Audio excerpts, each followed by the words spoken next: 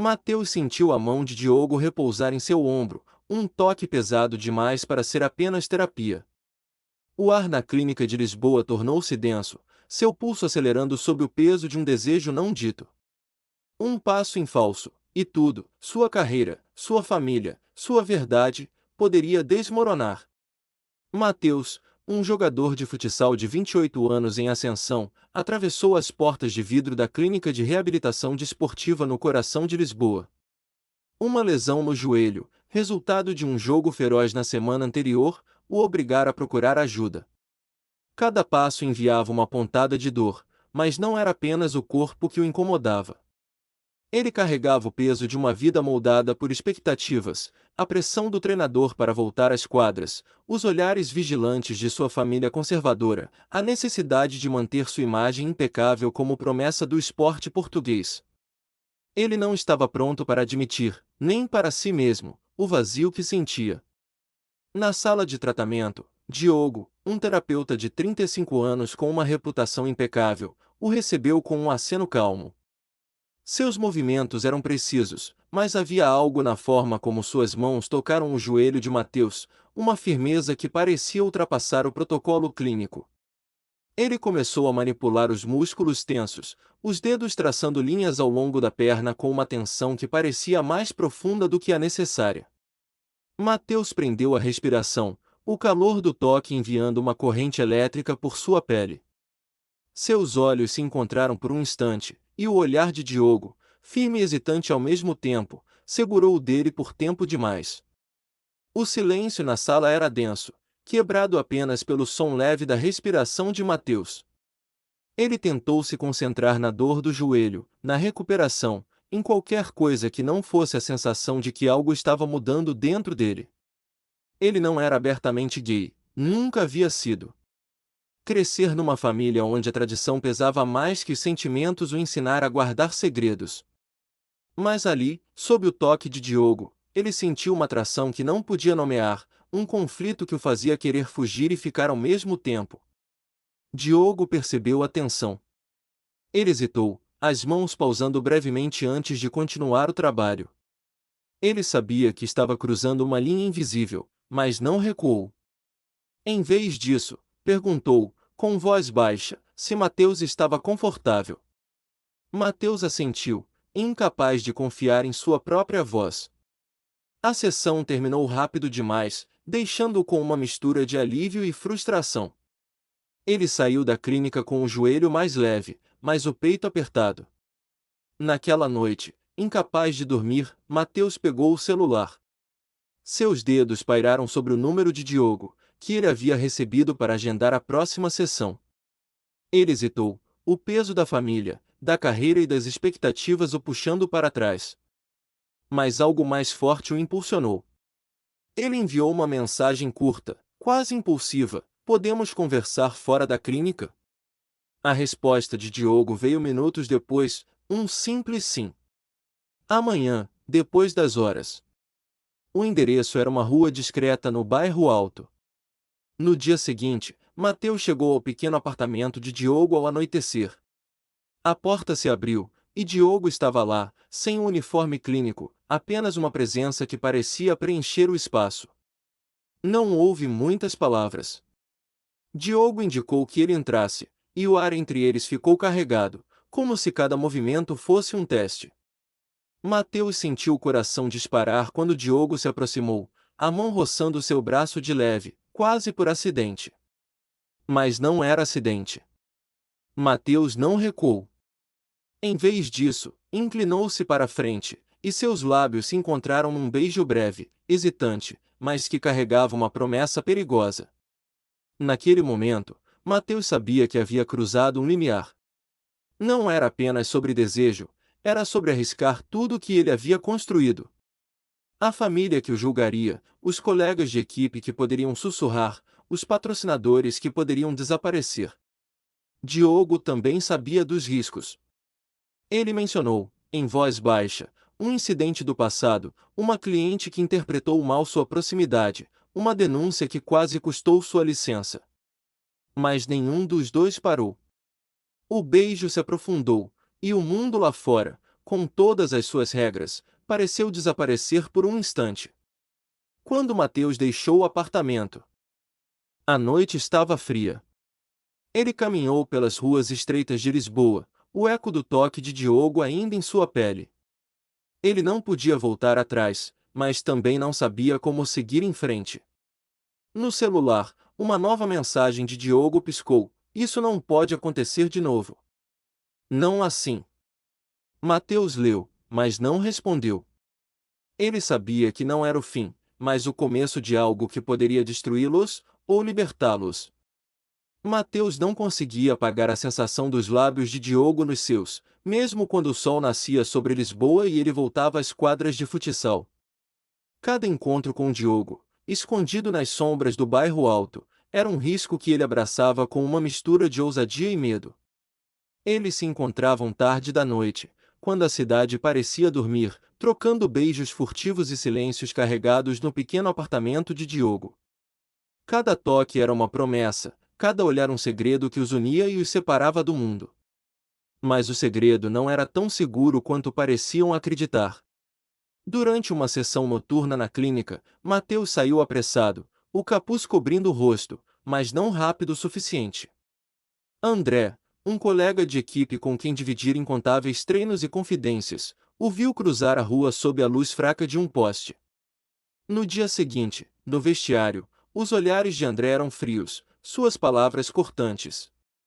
Ele não disse nada diretamente, mas Mateus sentiu a hostilidade nos comentários sussurrados entre os outros jogadores, nas risadas abafadas que paravam quando ele se aproximava.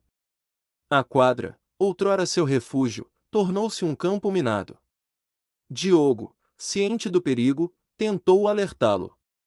Numa noite, enquanto caminhavam por uma rua estreita longe da clínica, ele confessou, com a voz tensa, que já enfrentará acusações no passado.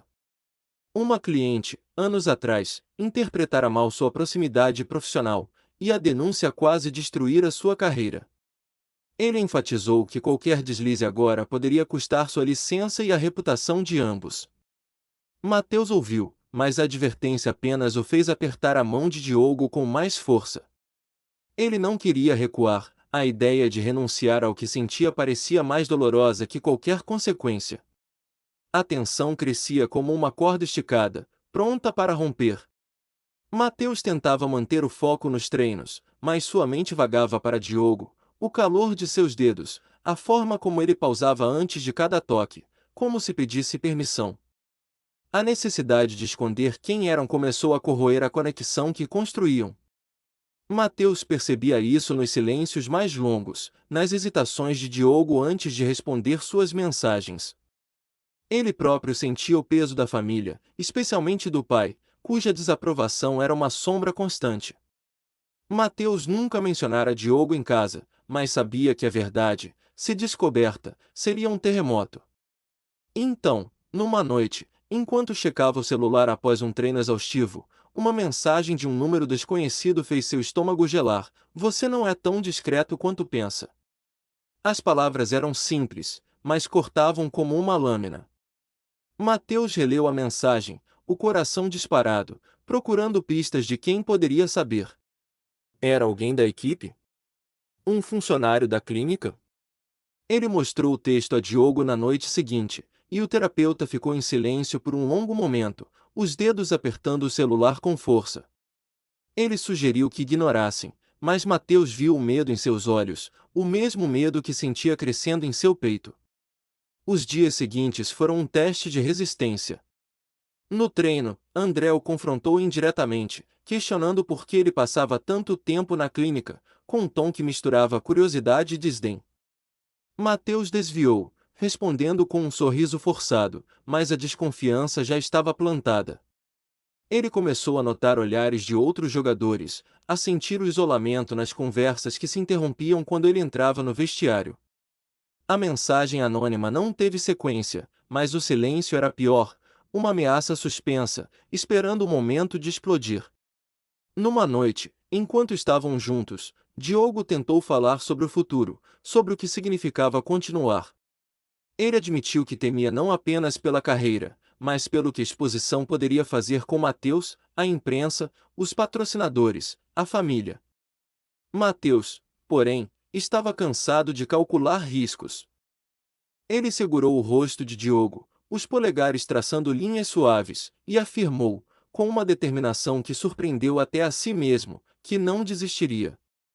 O beijo que se seguiu foi mais do que desejo, era uma declaração de que, mesmo sob pressão, ele escolheria lutar por isso. Mas a corda estava esticada demais. Mateus sabia que o próximo passo não seria apenas sobre eles dois, mas sobre enfrentar um mundo que não perdoava quem ousava ser verdadeiro. Ele voltou para casa naquela noite com o celular pesado no bolso, a mensagem anônima ainda ecoando em sua mente. O risco não era mais abstrato, ele estava ali, à espreita, pronto para mudar tudo. A traição veio como um golpe silencioso, mas devastador. Mateus ainda sentia o peso da mensagem anônima no celular, mas não estava preparado para a velocidade com que tudo desmoronou. André, seu companheiro de equipe e outrora amigo próximo, não guardou o segredo que testemunhara. Movido por uma mistura de ciúmes e preconceito, ele levou os rumores sobre Mateus e Diogo ao treinador da equipe e à direção da clínica. As palavras de André, carregadas de insinuações, espalharam-se como veneno, semeando desconfiança e julgamento. Na manhã seguinte, Mateus foi chamado ao escritório do treinador. O olhar do homem, geralmente firme, estava carregado de desapontamento. Ele informou, com voz seca, que Mateus seria afastado dos jogos até que a situação fosse esclarecida. A carreira que ele construíra com tanto suor estava agora em xeque, pendurada por um fio. Mateus tentou se defender, mas suas palavras soaram frágeis contra o peso das acusações. Ele deixou o escritório com os punhos cerrados, sentindo o chão sob seus pés se dissolver. Na clínica, a situação de Diogo era ainda mais grave. A direção, alertada por uma denúncia anônima, suspendeu-o imediatamente, citando preocupações éticas. Diogo recebeu a notícia por e-mail, um comunicado frio que exigia que ele se afastasse enquanto a investigação corria. Ele sabia que o eco de sua acusação passada, aquela cliente que quase custará sua licença, tornava essa nova denúncia ainda mais perigosa. Quando encontrou Mateus naquela noite, tentou esconder o medo, mas sua voz tremia ao compartilhar a notícia. Ele sugeriu, com relutância, que talvez fosse melhor para Mateus se afastar, proteger sua carreira, deixar que o escândalo morresse. Mateus sentiu a proposta como uma facada. Ele se recusou, a raiva e a determinação se misturando em seu peito. Ele não deixaria a vergonha ditar suas escolhas, não quando o que sentia por Diogo era a coisa mais verdadeira que já conhecera. Mas a traição de André cortava a fundo. Eles haviam compartilhado risadas, treinos exaustivos, promessas de lealdade. Agora, André o olhava como se ele fosse um estranho, um erro a ser corrigido. O golpe final veio da família. Seu pai, um homem devoto que via o mundo em preto e branco, descobriu os rumores através de um primo que ouvirá fofocas no bairro. Ele confrontou Mateus numa tarde tensa, na casa da família em Alfama. As palavras do pai eram duras, exigindo que Mateus se consertasse e abandonasse o que ele chamava de pecado. A mãe, silenciosa, apenas baixou os olhos, incapaz de enfrentar o conflito. A irmã, Inês, tentou interceder, mas o pai a cortou com um gesto. Mateus ficou em pé, o coração disparado, e declarou que não mudaria quem era. Ele saiu da casa com o eco das palavras do pai nas costas, a porta batendo como um ponto final. Naquela noite, sozinho, Mateus sentiu o peso do isolamento. A equipe, a família, a cidade, todos pareciam estar contra ele. Ele pensou em ceder, em deixar Diogo para salvar o que restava de sua vida. Mas quando se encontrou com Diogo, escondido num café discreto na Baixa, viu nos olhos dele o mesmo medo e a mesma força. Diogo confessou que temia perder tudo, mas também admitiu que Mateus era o motivo pelo qual ele ainda lutava. Mateus segurou sua mão sob a mesa, um gesto pequeno, mas firme, e decidiu que não deixaria a vergonha vencer. Ele sabia que a batalha estava apenas começando. André não recuara, os rumores continuavam a circular, alimentados por mensagens anônimas que agora chegavam ao treinador e à imprensa local. Mateus sentiu a pressão se intensificar, mas também uma clareza nova. Ele não podia mudar o que os outros pensavam, mas podia escolher como enfrentaria isso. Na escuridão do café, ele prometeu a si mesmo, e a Diogo, em silêncio, que lutaria pela verdade deles, mesmo que isso significasse enfrentar o mundo inteiro. A decisão de Mateus nasceu de um impulso que ele não podia mais ignorar. Após semanas de segredos e sussurros, ele abriu o laptop numa noite inquieta e escreveu uma declaração para as redes sociais. Não mencionou o nome de Diogo, mas cada palavra era uma afirmação de sua identidade, de quem ele era e do que sentia. Ele falou sobre encontrar força em conexões inesperadas, sobre o direito de ser verdadeiro, mesmo quando o mundo exigia silêncio. Seus dedos hesitaram sobre o botão de publicar, o peso da família, dos patrocinadores e da carreira pulsando em sua mente. Mas então ele clicou, e a mensagem se espalhou como uma onda. A reação foi imediata e brutal. Patrocinadores que antes o celebravam como promessa do futsal enviaram e-mails curtos, rescindindo contratos com linguagem fria e corporativa. Nas redes, os fãs se dividiram, alguns o atacaram com comentários cortantes, chamando de traidor do esporte, outros, em menor número, enviaram mensagens de apoio, elogiando sua coragem. No seio da família, o golpe foi mais profundo. Seu pai, já distante desde o confronto em Alfama, cortou contato por completo, bloqueando seu número sem uma palavra. A mãe permaneceu em silêncio, enquanto Inês, a irmã, enviou uma mensagem hesitante, prometendo conversar quando as coisas se acalmassem. Mateus leu cada reação com o peito apertado, mas não se arrependeu. Ele escolhera ser visto. No entanto, o apoio também cresceu, lento, mas firme. 2 colegas de equipe, que antes evitavam seus olhos no vestiário, mandaram mensagens privadas, confessando admiração por sua ousadia. Um ex-jogador aposentado, figura respeitada no futsal português, compartilhou a publicação de Mateus, escrevendo que a verdade era mais valente que qualquer troféu. Estranhos, de Lisboa a Porto, começaram a segui-lo, alguns compartilhando suas próprias histórias de luta e aceitação. Cada mensagem era um fio de esperança, mas o escrutínio ainda pesava. Enquanto isso, Diogo enfrentava seu próprio julgamento. A direção da clínica convocou-o para uma audiência com o Conselho de Ética, uma sala cheia de rostos sérios e perguntas afiadas. Mateus insistiu em estar lá, sentado ao lado dele, um pilar silencioso contra o peso das acusações. O conselho questionou Diogo sobre a natureza de seu relacionamento com Mateus, sobre quando a linha profissional foi cruzada, sobre o risco que isso representava para a clínica. Diogo respondeu com calma, admitindo a relação, mas enfatizando o respeito mútuo que a definia. Ele não negou o amor, mas também não se desculpou por ele. Mateus, quando teve a chance de falar, foi direto. Ele afirmou que Diogo nunca o explorara, que sua vulnerabilidade como paciente não foi usada contra ele, mas sim transformada em força.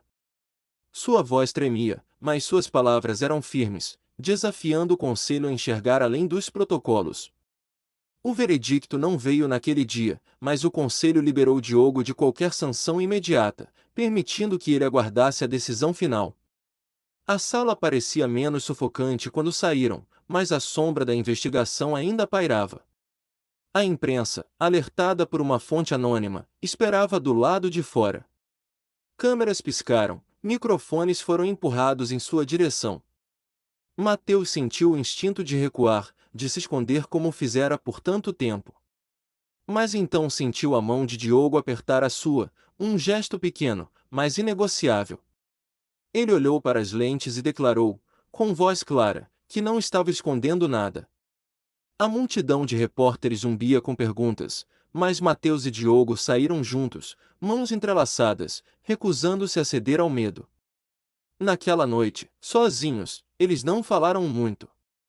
Mateus sentia o peso do que haviam enfrentado, mas também uma leveza nova, como se tivesse largado uma armadura que carregara por anos.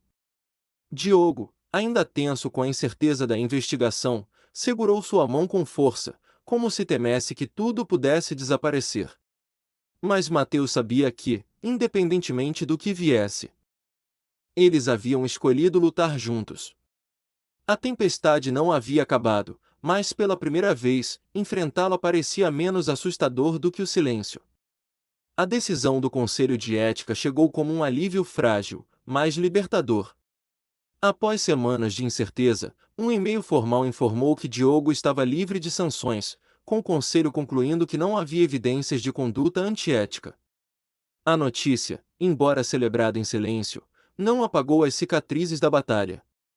Mateus e Diogo sabiam que a vigilância continuaria, mas o veredicto abriu espaço para algo novo.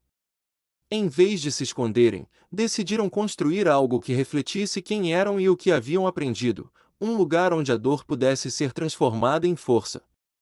Assim nasceu o Limiar, um centro de recuperação holística em Lisboa, instalado numa antiga oficina no bairro do Cais do Sodré. O espaço, com suas janelas amplas e chão de madeira gasto, tornou-se mais do que uma clínica, era um refúgio. Mateus e Diogo projetaram para integrar terapia física, coach esportivo e apoio à saúde mental, com um foco especial em acolher aqueles que a sociedade frequentemente marginalizava, incluindo pessoas LGBT. O limiar não prometia curas rápidas, mas sim um espaço onde as pessoas podiam ser vistas sem julgamento. O caminho para abrir o centro foi árduo. Mateus investiu suas economias, enquanto Diogo navegava pela burocracia de licenças e regulamentações. Eles contrataram uma instrutora de yoga sensível a traumas, chamada Clara, e um conselheiro clínico que atendia remotamente. Mateus contatou ex-colegas de futsal, pedindo que testassem sessões em troca de depoimentos. Aos poucos, o limiar começou a atrair clientes, adolescentes com lesões não nomeadas, ex-atletas que carregavam dores crônicas, mães solo, trabalhadores manuais, pessoas queer em busca de um lugar seguro. Cada história que cruzava a porta reforçava o propósito do centro. Enquanto isso, as consequências das ações de André se materializaram. O treinador da equipe, após uma investigação interna, afastou-o do time por violar a confiança coletiva. André tentou se justificar, mas perdeu o respeito dos colegas, que agora o viam como alguém movido por inveja. A punição não trouxe satisfação a Mateus, era apenas um lembrete do custo de sua traição. Ele escolheu seguir em frente, focando no que construía com Diogo. Na família, a reconciliação era parcial. Inês, a irmã de Mateus, apareceu numa manhã no limiar, hesitante, mas determinada. Ela confessou que sentia falta dele e que, embora o pai permanecesse distante, ela queria fazer parte de sua vida. Mateus a abraçou, sentindo um vazio se aliviar, mesmo que o silêncio do pai ainda doesse. Ele não tentou forçar um reencontro, em vez disso, deixou a porta aberta, esperando que o tempo pudesse mudar algo. O amor entre Mateus e Diogo, testado por meses de pressão, tornou-se a âncora do limiar. Eles não se casaram, mas numa noite tranquila, enquanto organizavam o estoque da clínica, Diogo tirou do bolso 2 anéis simples de aço. Sem palavras, ele entregou um a Mateus, que o colocou no dedo com um sorriso. Era um voto silencioso, mais forte que qualquer cerimônia. Eles continuavam a se apoiar nos pequenos gestos, Mateus ajustando a postura de Diogo durante uma sessão de prática, Diogo deixando o café pronto antes de Mateus abrir o centro. O limiar cresceu além do esperado. Um artigo numa revista local destacou o centro como um espaço que redefinira a recuperação, elogiando sua abordagem inclusiva. Clientes começaram a chegar de outras cidades, atraídos por histórias de um lugar onde a vulnerabilidade era bem-vinda. Um jovem jogador de futsal, lutando contra a pressão de se assumir, agradeceu a Mateus com lágrimas nos olhos após uma sessão. Uma mulher mais velha, marcada por anos de trauma, encontrou alívio numa sessão com Clara. Cada vitória era pequena, mas cumulativa, construindo uma comunidade que transcendia a clínica. O passado, porém, nunca desaparecia completamente. Ocasionalmente, Um e-mail anônimo ou um comentário online tentava reavivar velhas acusações, mas Mateus e Diogo aprenderam a enfrentá-los com transparência. O limiar tornou-se um símbolo de resiliência, um lugar onde a dor não era escondida, mas transformada. Mateus, agora longe das quadras, encontrou um propósito maior no acolhimento dos outros. Diogo, livre do peso de sua antiga reputação, tocava a cada cliente com a mesma atenção que oferecerá a Mateus no início, como se soubesse exatamente onde a dor vivia. Numa tarde tranquila, enquanto observavam o movimento na clínica, Mateus sentiu a mão de Diogo roçar a sua. Não havia mais medo no gesto, apenas certeza. Eles haviam construído algo que ninguém podia tirar, um espaço onde o amor, a verdade e a cura coexistiam. O limiar não era apenas uma clínica, era a prova de que, mesmo após a tempestade, era possível encontrar um começo novo.